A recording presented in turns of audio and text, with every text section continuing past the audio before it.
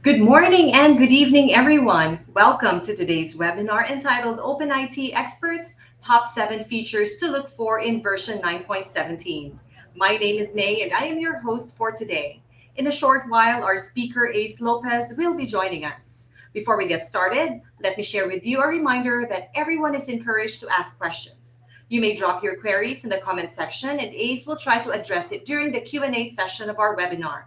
If we are not able to answer all of the questions, or if there are any questions that need further investigation, rest assured that it will be sent to ACE and we will reach out via email or through LinkedIn.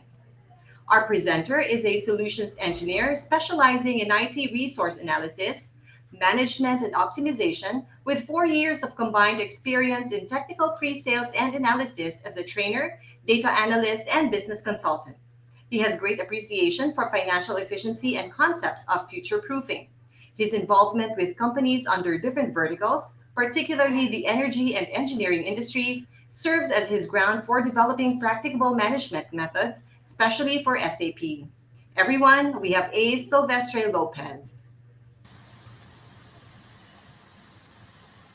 Thank you, Miss May. Hello, everyone. Thanks for being here. Pleased to be presenting today. And in this one, we'll talk about what's new at OpenIT, especially the top 7 features to look for in version 9.17. I know it hasn't been a while, but why not? Right? Let's keep talking about more fresh OpenIT features coming your way.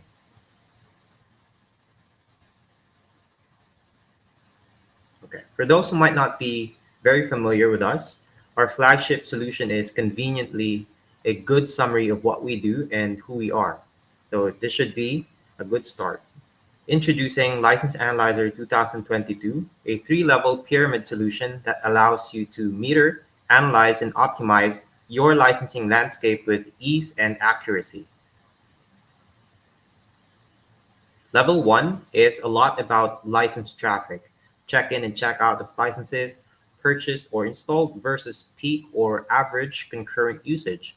Usage data can be collected from either the license managers in the license servers or from workstations when we collect data from standalone and web-based applications. The data are presented in real-time pages, SSRS reports, dashboards in Excel, dashboards in Power BI, built-in dashboards, and more. Level 2 is a tool that starts adding the ability to collect and report about application usage status, which mainly are either active or inactive time or session count. This we do by using application-specific configurations around usage of CPU, input-output, keyboard, and mouse. So one of our signature reports with License Analyzer Level 2 is our active versus inactive time report. And on the application level, that can help compare usage between similar applications and even indirectly expose productivity levels between those applications. And then on the user level, the active versus inactive elapsed time report can expose usage patterns that can be used to manage individual entitlements and license grouping policies. Level 3 adds the gold at the top of this pyramid. And but in terms of utility, License Analyzer Level 3 enables an automatic harvesting mechanics versus idle application sessions, so that whenever an application goes to an inactive state, the tool proceeds to send pop-up warnings with the ultimate purpose of releasing the licenses checked out from idle usage. That's hands-free optimization, if you may. And of course, there are programs and policies around this that could be created and imposed um, for setting up priority users or saving and auto-saving current projects before we close the applications. Those are all available to be put in place. Okay, now let's talk about the new stuff. The first group of new features relates to metering and analyses. Now, one way or another, these updates come with newly collectible data, which means that they allow us to generate either reports that were never before seen or reports that are improved versions of what we already have. To start off, for number one, We now support metering and analyses for SaaS applications. And by definition, SaaS or software as a service is a way of delivering software through licensing or subscription, where the platform is accessed online rather than bought and installed in individual computers. Now, quick context, in a study conducted last year, April, Gartner estimated that in this year, 2022, SaaS expenditures will reach 145.4 billion. Fast forward to March 2022, which was, well, last quarter, the SaaS market is already worth $170 billion. Now, this comes in as no surprise because, on the company level, these SaaS applications, they keep adding up. In fact, they've been doubling yearly since 2022. And in turn, it's much, much easier to waste money on mismanagement and misuse of these applications. So, for instance, you can expect to see more duplicate or orphaned apps in the licensing systems, especially those who will employ hybrid deployments. And well, just like that, we now support SaaS applications, and our License Analyzer 2022 can integrate to vendor portals, to APIs, to collect ownership and assignment information, and combine it with usage collected from application hosts and license servers. Ultimately, this allows us to create comprehensive reports such as the first one, license ownership versus installation or assignment usage. This is very useful when you're trying to monitor license inventory and to check how the user's license entitlements fit their actual usage or the other way around. Then current license agreements versus other agreements. Very useful when exploring options for acquiring similar assets on different licensing models. And while these first two kinds of reports that we do here would speak volumes when used to profile users and user groups. We also have compliance checkup. Well, to us, these are kind of the basic and midway through the contract or before audit kinds of reports where we answer doubts on compliance and with much detail about actually. So this one's a staple, and you imagine there are many ways to create these reports, could even be compound reports. Then we have license optimization and cost reduction. In our experience, the motivation that sparks upon seeing a detailed potential savings report goes a long way. It's very handy. So we highly recommend that you give this one a try. And these are some of our customers, SaaS providers that we either started supporting or will start supporting soon.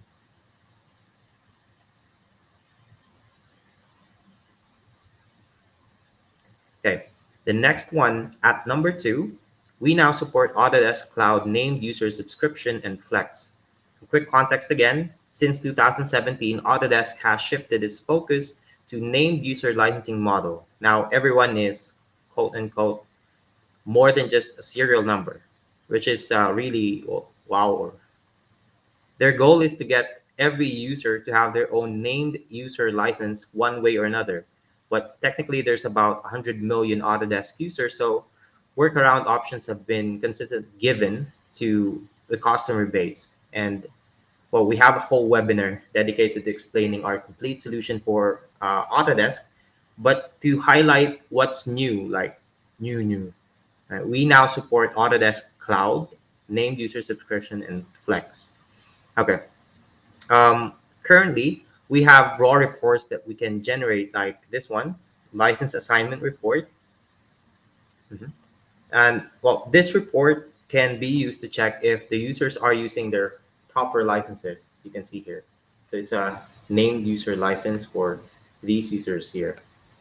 We also have email versus Windows authentication report, or as we'd like to call it, the compliance report. Well, since the new licensing model is more strict to who uses the licenses and from where, in this report, the admin can investigate if there is a mismatch between the user's email and the Windows accounts that's used. As you can see, highlighted here in yellow.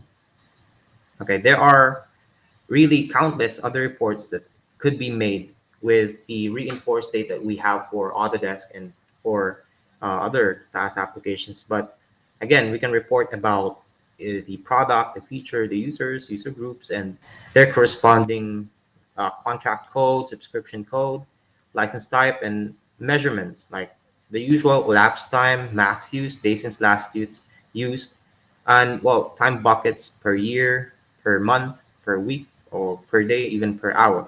Right. So all those are still very much available for mixing and matching of data and for more solid and spontaneous analyses. And with this data, in fact, you can imagine reports like user level compliance, usage reports, or license subscription and product assignment reports, as I've been mentioning from earlier. Um, yeah, we've also been designing dashboards in business intelligence tools, especially in Power BI, to ready up these data for further analyses. And here's an example.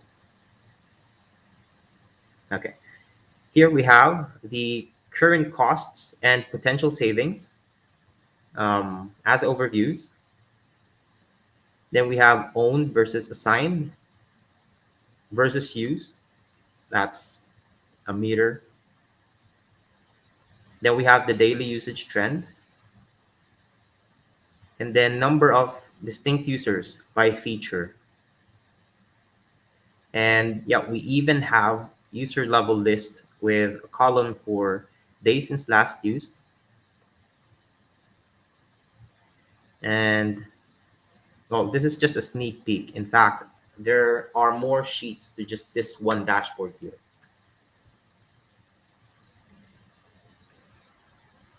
Okay. Number three, support for Adobe Creative Cloud. So Adobe CC for short. That has surely been much busier compared to when it was released around a decade ago. And well, that reason, along with the compiling customer requests that we're receiving, are basically pushed us to take steps towards improving our support for Adobe CC. And the current reporting capabilities extend to the following types of reports. This one being user assignment report. This shows Adobe usage with the users and their corresponding license type. A good report to use to find out usage proportions across different license types of Adobe. Then we also have product inventory report.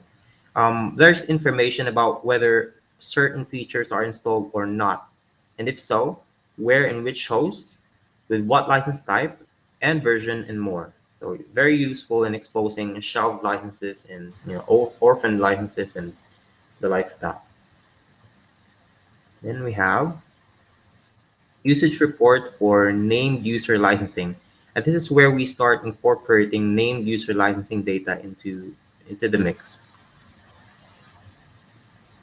Mhm. Usage report for shared device licensing. This one is critical for compliance as sharing licenses have contractual limitations and consequences now. So yeah,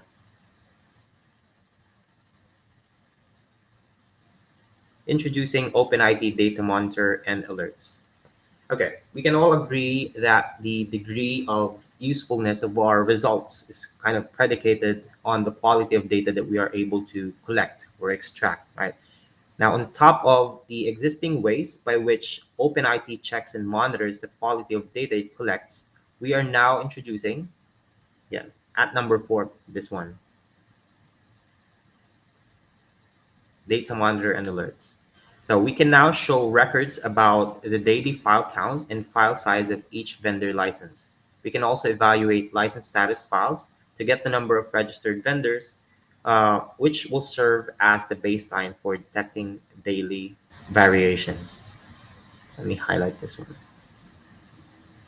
Okay, so this is a data overview and data trends report for the last 90 days. Now, in this overview, file counts deviating from baseline are highlighted while with their corresponding file sizes. This is, again, a good way to check if the expected data are collected and read by our tool. Okay. These are also appearing in tabled portlets. in our dashboard section in the analysis server, as you can see here. Data overview, missing data files. Then ultimately you receive this alert for when there are mismatches in the file count, file size, and from the baseline, please. Okay, at number 5, introducing canned reports. This feature allows users to generate some of our signature reports from the analysis server without actually needing to install an analysis server. Now, the idea of developing an API to kind of bypass the need for SQL, mainly for lightweight querying, has been around the team for quite some time, but there's more to it now because, number one, we keep finding out that some of our longtime customers have had an acquired taste for our core reporter, and well, they love this, so why not? And two, processing huge amount of data in SQL, that's what we're using now. Uh, for just a couple reports, sometimes it takes a long time, right? So here's how our signature reports look as canned reports. They're quite identical, to be honest. So this is utilization trend. This is the heat map. Shows you the busy hours of the days of the weeks or the months, depending on which version. And then the license efficiency chart. So this shows you the impact of each of the concurrency levels that you have seen or observed as peak instances. Okay. At number 6, support for more license managers. Now this list of license managers that we support, it keeps growing, right? Although the challenges to supporting more gets trickier, we still are able to keep up and make sure that we support more and more. Used to be it was just flex, right? But well, while there are more of these license managers, we're still keeping up. So that's a good thing. And again, the best part is that this list is always open for more requests. So whenever our customers have some other applications that we're currently not supporting license managers of, we just ask them once they let us know, kind of automatically backlog those license managers for our development to pursue next. Okay, and in here we highlight 4. So uh, we now support Honeywell, especially the token, then Icarus, Materialize, and Tasking License Manager for network license.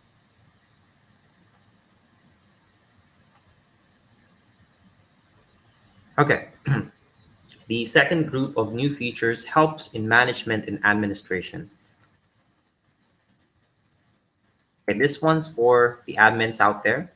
At number 7, introducing One Portal. This is a console that helps manage some key OpenID configurations more intuitively.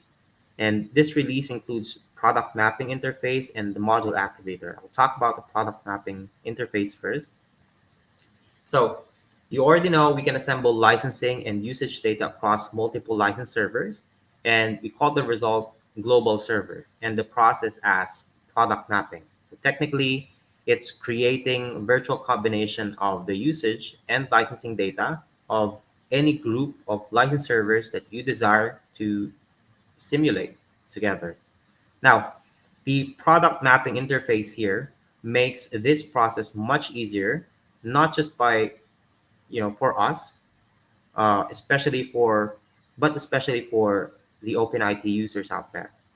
Previously, our customers will need to support, more of these configurations. We'll need to assist them with more of these configurations, but now it's as easy as grouping cards for all of us. So as usual, the results of these combines can then be compared to the data from single servers or other intended combinations. This is how you edit the map them together. These are panel for results. Okay, now let's talk about the module activator. So this one gives you the option to activate or deactivate specific data collectors across the network of OpenID clients. So one obvious use for this is when you have License Analyzer Level 3. This gives you the option to activate or deactivate the license harvesting mechanism on certain workstations or host groups at any time. In summary, one portal helps save precious time for administrators, limits the notorious and inevitable element we call user error, and helps accelerate onboarding of new users by providing a more user friendly interface for managing relevant configurations. So, more on this soon, actually. It's kind of a very new um, update. So, more of this soon. Okay, I know I said seven, but here's a bonus for everyone. So we have more improvements and claims. So it's been one of our busier plugins for quite some time now. So for those who are new to Clims, by the way, the name stands for Centralized License Integration and Management Server. This tool allows administrators to manage license managers on a single interface. And well, it's where you can remote stop or start license servers and edit license and option files with version control. So, and more actually. So, our recent improvements include support for new license managers, T Navigator, and Sentinel RMS. Plus, now we support authentication methods for Windows authentication, user groups, OpenID Connect authentication or OIDC, and security assertion markup language or SAML 2.0. And yes, that's about it for these features. But much more improvements are actually in place. Feel free to contact us when or whenever you have a desire to know more information about what else are there. But for the meantime, we can take your questions and answer them. Thank you, Ace, for that very insightful presentation. Well, we've got several questions here, many of which we received through Ask the Experts at openit.com. So let me address this first question to you. I'm curious about your support for Autodesk Cloud Subscription and Flex. How is it done? Mhm. Okay. Yes, Autodesk Flex is now supported along with the Autodesk named user subscription licenses. And this was made possible by combining data from different sources. That's number one. And the primary data source for Autodesk Flex support is from the Autodesk accounts, or what they call the Autodesk portal. And from workstations, that's the second. That's from us then. The newly collected data are sorted out. Some are integrated into our existing data tables, while some are put in an entirely new data set. Now we can create reports that can be used to check the compliance of our customers to these new Autodesk licensing models with these data and the reports that thereby come. If that answers the question. Thank you. Second question. You mentioned the term product mapping. Can you elaborate on what it is and why it could be important? That's okay. Product mapping, as I maybe mentioned, is a tool we use to simulate combinations of license servers, usually those that contain licenses from the same vendor or product. Okay? It helps, number one, visualize and quantify licensing and usage, and then second, the scenarios that may come from those data. And as we simulate these license servers, usually they come from different locations. So simulating them together gives you a concrete view of what's really happening on the data level, regardless of where they're located. So you get a tally of usage on different license servers and some idea about how to improve it from the product, feature, and user level. If that answers the question. Thank you. And we have a third question here. Are there any differences between the canned reports and the ones you create in Analysis Server? Okay, the canned reports are technically identical to the template reports that we have in AS, in Analysis Server. The difference is in the components. that we use in processing the data. The intention in creating these canned reports is to give our core users a taste of the extensive analysis that could be had with the analysis server. But in any case, it does add flexibility to reporters, whichever platform they choose to use. So, yep.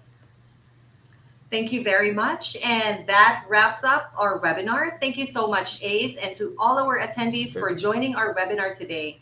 Since we are running out of time, all questions that we haven't been able to answer will be sent to Ace, and we will get back to you via email or through LinkedIn.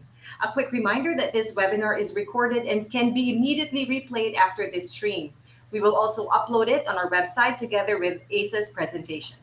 We'd like to take this opportunity to invite you to listen to Talk IT, a Sam for Engineering podcast on iTunes, Spotify, Amazon Music, and Google Podcasts. Also, please visit our website to view our upcoming events at openit.com or connect with one of our solutions consultants. We are glad to assist you on your software optimization journey. Always be updated. Follow us on social media. Once again, this is May, your host for today. Thank you and stay safe. Thank you.